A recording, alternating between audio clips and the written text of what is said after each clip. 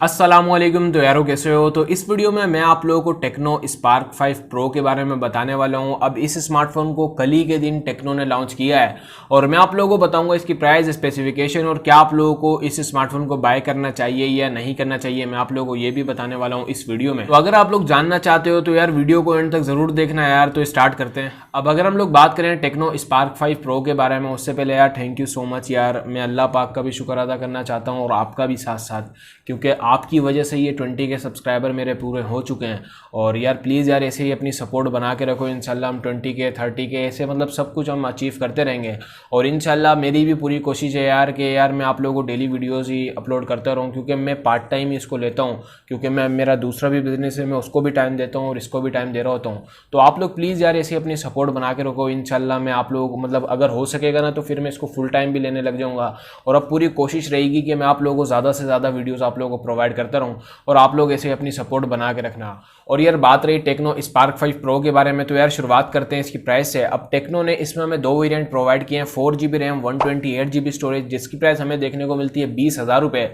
और एक हमें 4GB रैम 128GB स्टोरेज वाला वेरिएंट देखने को मिलता है, जिसकी प्राइस हमें देखने को मिलती है 21,500 रुपये। और यार इस प्राइस टैग में हमें टेक्नो क्या स्पेसिफिकेशन प्रोवाइड कर रहा है मैं आप लोगों को ये भी बताता हूँ। तो यार शुरुआत करते हैं इसके डिजाइन से। अब अगर हम लोग इसको डिजाइन वाइज देखें तो ये स्मार्टफोन हमें काफी अच्छा देखने को मिलता है। और ये जो डिजाइन है ना, ये काफी स्मार्टफोन ब्रांड हमें प्रोवाइड कर रहे हैं। जैसे सबसे पहले रियलमी ने हमें प्रोवाइड किया था Realme C3 में, अब टेक्नो भी प्रोवाइड कर रहा है, ऐसे वीवो भी अब प्रोवाइड कर रहा है। तो मतलब ये हमें काफी अच्छा डिजाइन देखने को मिलता है। और इसमें आप लोगों को 4 कलर्स देखने को मिलते हैं। तो यार एक तो आप लोगों को ब्लैक कलर देखने को मिलता है, एक आप लोगों को ब्लू कलर देखने को मिलता है, एक आप लोगों को ऑरेंज कलर देखने को मिलता है और एक आप लोगों को ग्रे कलर देखने को मिलता है। और कौन सा कलर आप लोगों को ज्यादा पसंद है आप लोग मुझे कॉमेंट में जरूर बताना। मुझे तो ब्लू कलर ज्यादा पसंद है, आप लोगों को कौन सा है आप लोग मुझे कॉमेंट में जरूर बताओ। और यार इसी के साथ अगर हम लोग इसकी डिस्प्ले के बारे में बात करें ना, तो यार इसमें हमें 6.6 इंचेस की IPS LCD डिस्प्ले देखने को मिलती है और HD+ हमें डिस्प्ले देखने को मिलती है।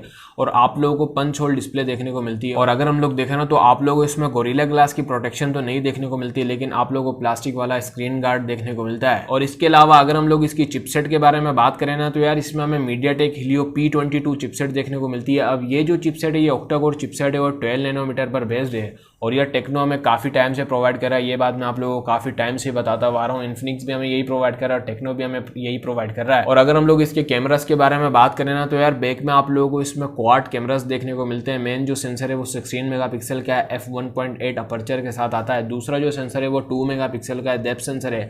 और एक आप लोगों को 2 मेगापिक्सल का मैक्रो सेंसर भी देखने को मिलता है और एक आप लोगों को QVGA सेंसर देखने को मिलता है, जो कि लो लाइट में आप लोगों को काफ़ी अच्छी इमेजेस प्रोवाइड करने वाला है। और फ्रंट कैमरे की बात करें ना, तो यार फ्रंट में हमें 8 मेगापिक्सल का सेंसर देखने को मिलता है और फ्रंट में आप लोगों को फ्लैश लाइट भी देखने को मिलती है। तो ये भी एक बहुत अच्छी बात है। और इसी के साथ अगर हम लोग इसकी बैटरी के बारे में बात करें ना, तो यार इसमें हमें 5000 mAh बैटरी देखने को मिलती है। आप लोगों को इसमें माइक्रो USB की पोर्ट देखने को मिलती है और आप लोगों को इसमें फास्ट चार्जिंग नहीं देखने को मिलती। और यार इसमें आप लोगों को Android 10 देखने को मिलता है, जो कि iOS 6.0 पर बेस्ड है। आप लोगों को इसमें डेडिकेटेड सिम स्लॉट देखने को मिलती है। रियल में आप लोगों को फिंगरप्रिंट स्कैनर भी देखने को मिलता है और आप लोगों को इसमें 3.5mm जैक भी देखने को मिलता है। तो यारो ये थी यार टेक्नो स्पार्क 5 प्रो की स्पेसिफिकेशन। और आप लोग भी ये सोच रहे होगे कि भाई इतनी जल्दी जल्दी स्पेसिफिकेशन क्यों बता रहा है भाई। तो मैं आप लोगों को बताऊं ना यार, स्पेसिफिकेशन इतनी मैटर नहीं करती जितना एक बंदे का ओपिनियन होता है। अब मैं आप लोगों को अपना ओपिनियन दूं तो मैं आप लोगों को बताऊं ना, तो ये स्मार्टफोन एक अच्छा स्मार्टफोन है, लेकिन किन के लिए अच्छा है मैं आप लोगों को ये भी बता देता हूँ। अब ये जो स्मार्टफोन है ना, ये गेमिंग के लिए पहली चीज तो ये बिल्कुल भी नहीं बना। अगर आप लोग डेली यूजेज के लिए कोई स्मार्टफोन ढूंढ रहे हो तो ये स्मार्टफोन आप लोगों के लिए होने वाला है। लेकिन अगर आप लोग एक हाई परफॉर्मेंस के लिए कोई स्मार्टफोन ढूंढ रहे हो तो ये स्मार्टफोन आप लोगों के लिए नहीं होने वाला। तो यारो ये थे यार मेरे ओपिनियन। भाई आप लोगों ने स्पेसिफिकेशन देख लिया और आप लोग भी खुद भी मतलब बेहतर फैसला कर सकते हो। और मैंने आप लोगों को बिल्कुल क्लियर बताया कि क्या